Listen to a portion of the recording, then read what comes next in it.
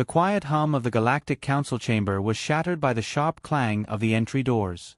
Every head, scale, and antenna in the room turned toward the figure that entered. It wasn't the arrival that drew their attention, it was him. Commander Elias Grant.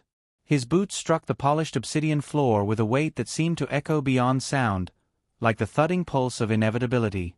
Every step was deliberate, calculated, and each one carried the weight of something far more terrifying than war. He didn't wear ceremonial robes like the other ambassadors. He didn't carry a data slate or follow the tedious decorum that the council demanded. No, Elias Grant walked in wearing his standard-issue battle-worn combat suit, dark gray with the faded insignia of Earth's Defense Force still visible on his shoulder. The visor of his helmet was retracted, revealing eyes that had seen too much. Eyes that no longer pleaded for peace. The council members exchanged nervous glances.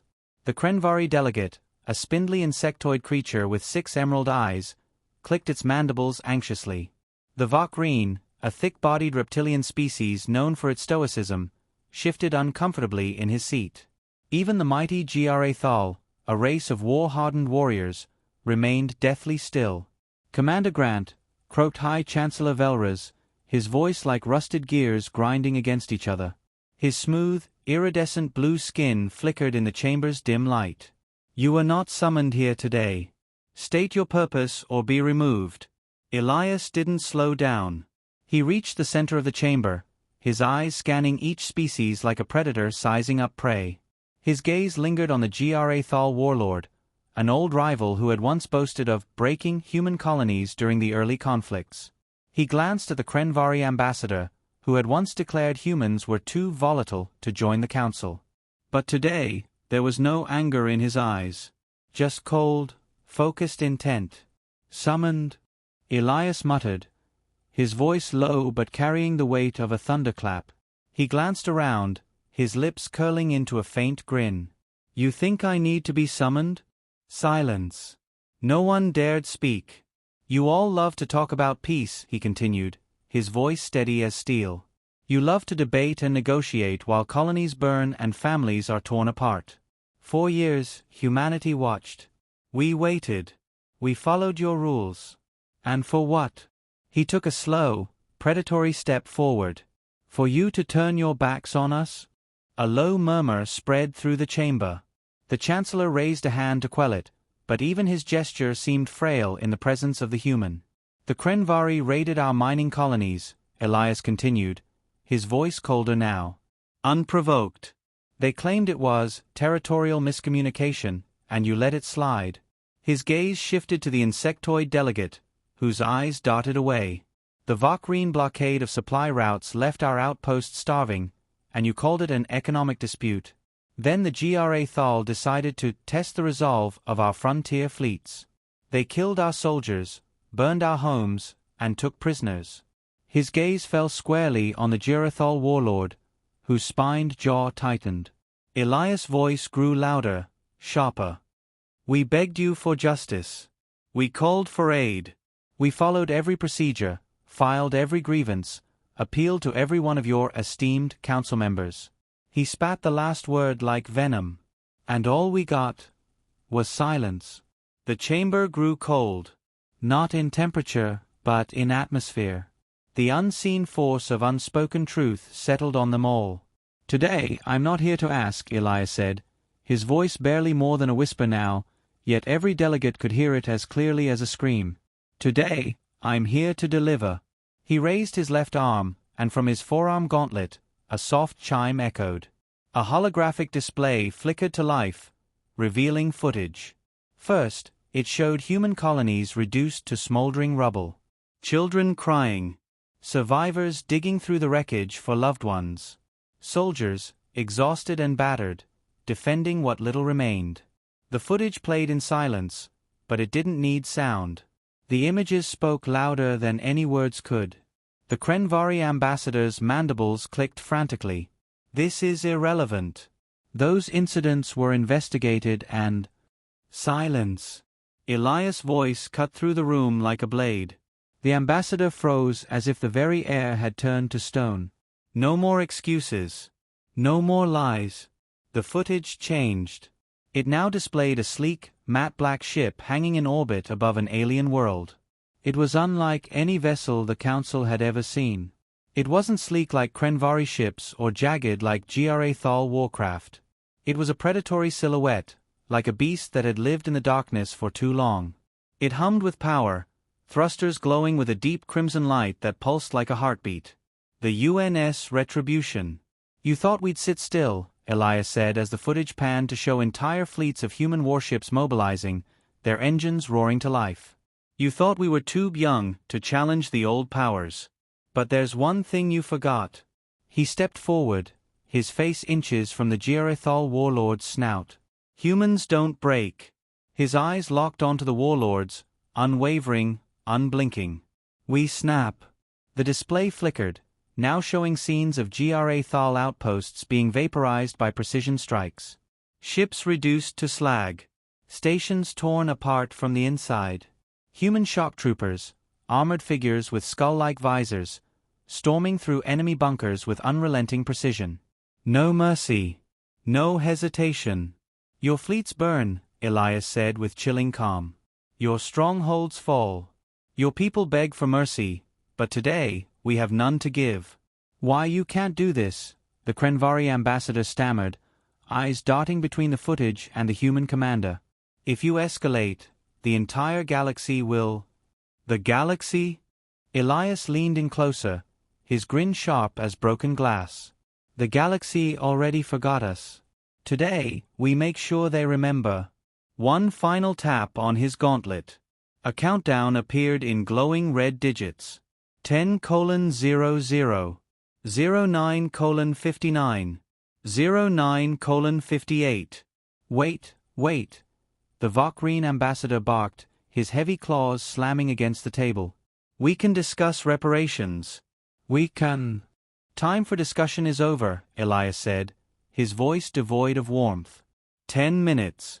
That's how long you have before the retribution fires. You all have a choice, watch or run. But know this. He turned, walking away, his back to the Council as if they no longer mattered. The weight of his words pressed down on them like a collapsing star. No species will forget the day humans finally snapped. The clang of the chamber doors echoed louder than any sound they'd ever heard. The tension inside the Galactic Council chamber was unbearable. Panic rippled through the room like a shockwave. Delegates whispered in frantic tones, antennae twitched, scales shifted, and eyes darted toward every possible exit. But there was no running from what had just been unleashed. The Krenvari ambassador, Vrelta, jabbed at his comlink with his clawed appendage, issuing a flurry of orders to his fleet. Mobilize all ships. Activate orbital shields. Call for reinforcements from the core worlds. His mandibles clicked in a rapid frenzy, a sign of complete panic.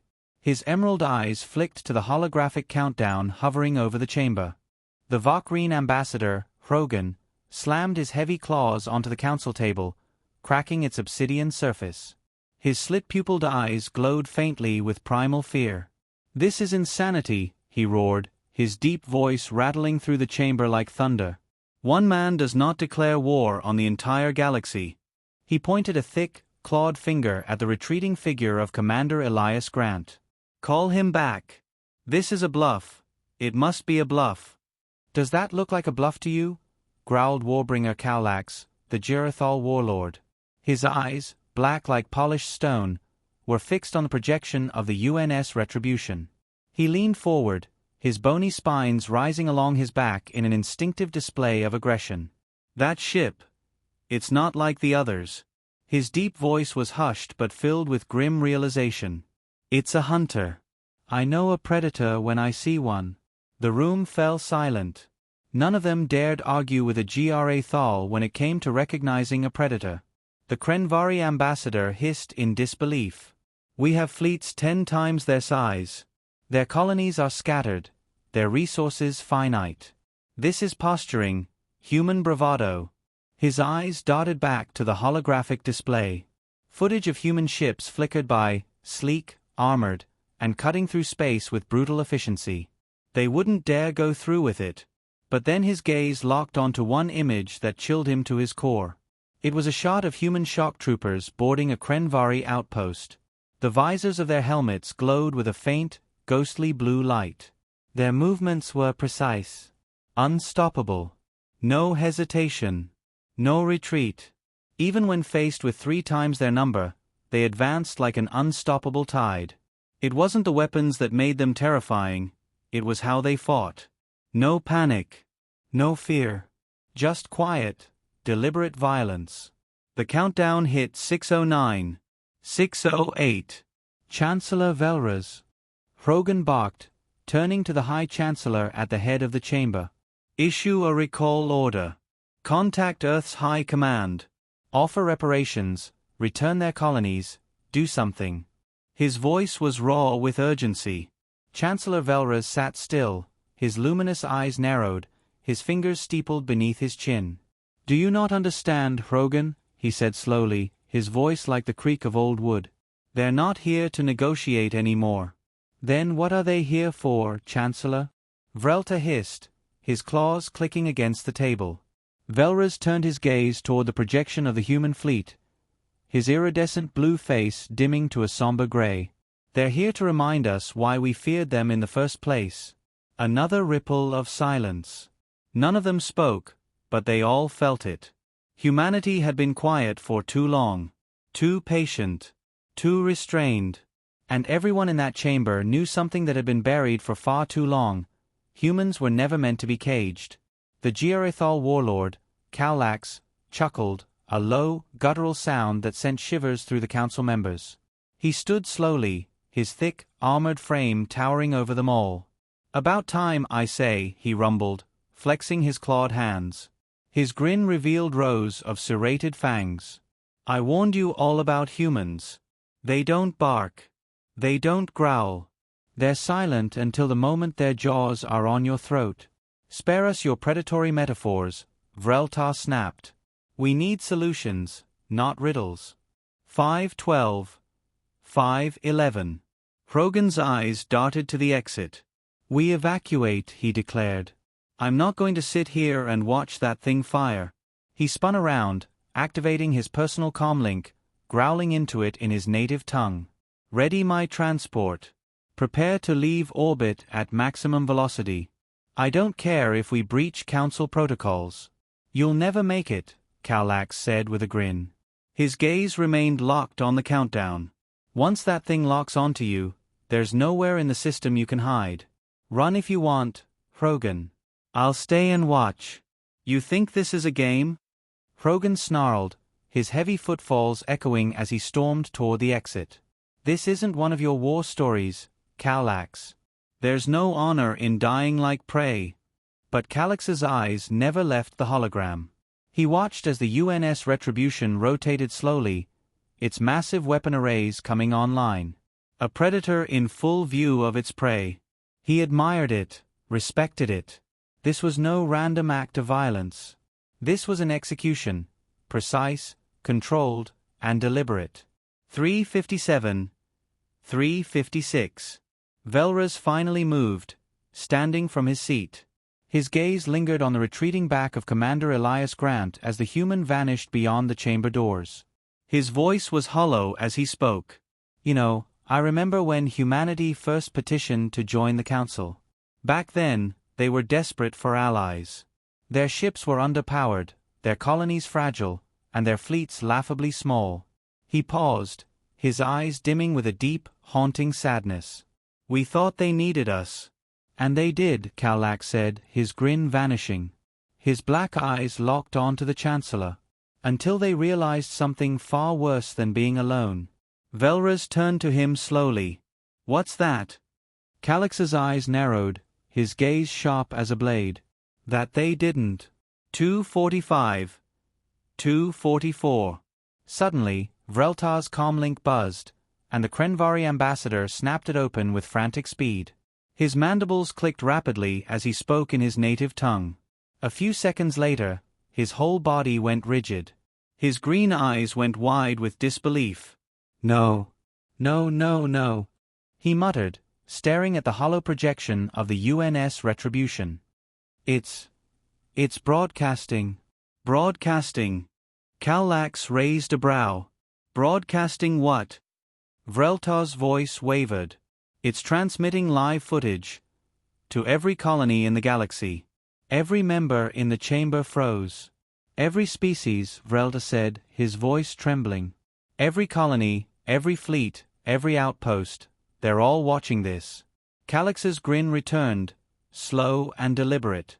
They're making a statement, he muttered, his voice laced with respect. His eyes never left the countdown. 1:15, 1:14.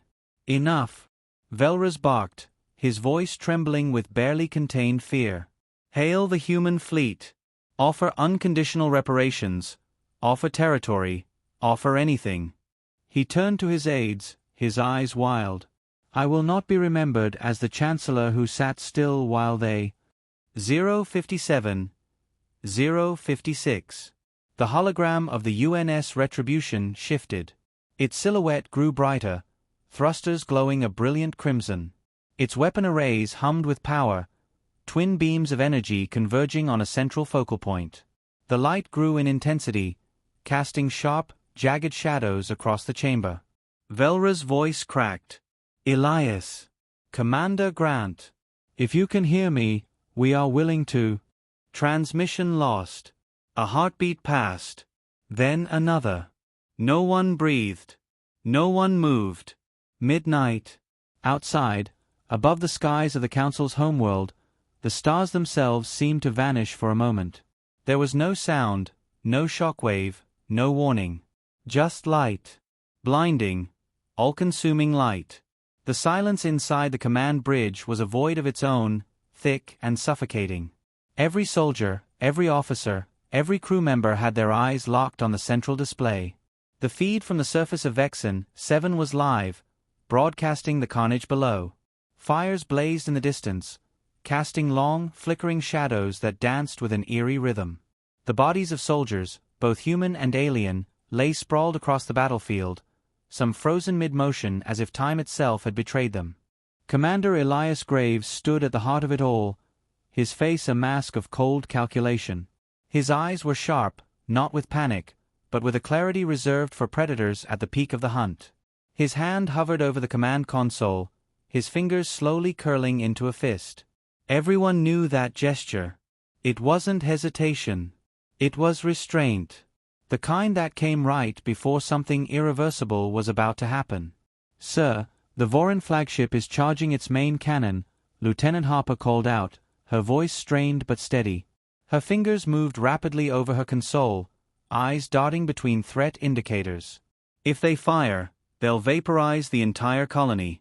Let them, Graves muttered, his voice low but sharp enough to cut steel. The bridge crew froze. Eyes shifted to him, searching his face for a hint of doubt or reconsideration. There was none. Graves was done playing defense. Sir. Harper's voice was fragile, a breath away from disbelief. You mean? They think we'll run. They think we'll beg, Graves growled, turning to face his crew, his gaze piercing them each like a blade. But today, they learn what happens when humanity decides it's had enough. No warnings. No mercy. No one questioned him. Not this time. Not after what they'd all witnessed. The Vorin had crossed the line. They had pushed too far, and now they were about to see what happens when humans let go of restraint. Arm the Calamity, Graves commanded. His voice was steady, clear, and absolute. Every crew member felt it reverberate through their bones like the final toll of a funeral bell. Silence. Then Harper nodded, fingers moving with mechanical precision. Calamity armed, she confirmed, eyes fixed on the screen where the enemy flagship hovered in orbit, its colossal shadow blotting out the sun over Vexen 7. It looked invincible. But so did every predator, until it wasn't. A red warning flashed on every console, casting the bridge in an ominous glow. The Calamity, humanity's most devastating weapon, was now live. It wasn't just a missile. It was a statement. A final message delivered with fire and fury. On my mark, Graves said, locking eyes with Harper. Her breath was shallow, but she nodded, hands ready. The bridge's ambient hum seemed to fade into nothing. The crew, the ship, the war, all of it shrank into the singular moment that followed. Every breath was held. Every heartbeat echoed like distant drums of war. The only sound was the steady pulse of the Calamity's charge building in intensity, like a beast inhaling before a mighty roar. "Sir," Lieutenant Knox's voice broke the quiet. "Incoming hail from the Vorin flagship. They're offering terms." The crew exchanged glances. Surrender. After all their bravado, the Vorin wanted to negotiate. Knox waited, looking to Graves for orders. "No response," Graves said, eyes never leaving the screen. "They'll have their answer soon enough." "Sir, they're sending a transmission on all open frequencies," Knox continued, tapping a key to reveal the incoming message. A guttural, alien voice came through, laced with static but still clear enough to hear. "Humans. You are reckless. You are blind with rage. We seek to end this without further loss. We offer you peace. Do not doom yourselves to destruction." Graves' eyes narrowed. "End transmission." "Sir, if we," Harper started, but his gaze cut her short. There was no reasoning with him. "Not now." "They had their chance," Graves said, his voice as cold as the vacuum of space. His hand hovered over the fire command. The Vorin flagship's main cannon surged with energy, its glow intensifying like the core of a newborn star. It was the last move they would ever make. "Fire," Graves said, pressing his palm flat against the console. The Calamity launched. There was no countdown. No dramatic pause. Just the raw, primal force of retribution. It wasn't fast like a missile. It moved slowly, deliberately, like death itself walking toward its prey. The Vorin flagship fired at that moment, but it was too late. Their cannon discharged a blinding beam of light, but it never reached its target. The Calamity's impact released an energy surge so massive it swallowed the Vorin's blast mid-flight.